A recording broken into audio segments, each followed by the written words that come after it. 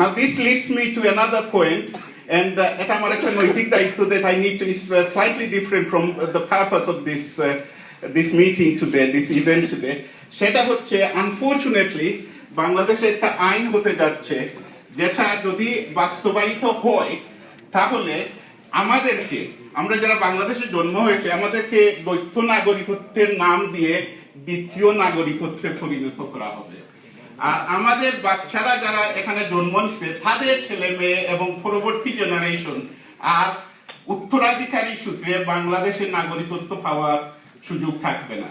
This is something we all need to be aware of, and we need to make sure that we make it clear to the policymakers in Bangladesh that that will not be accepted by us, and that will not be in the interest of Bangladesh's economy as well. So something, if anybody is interested, please talk to me. I'll give you further information on that.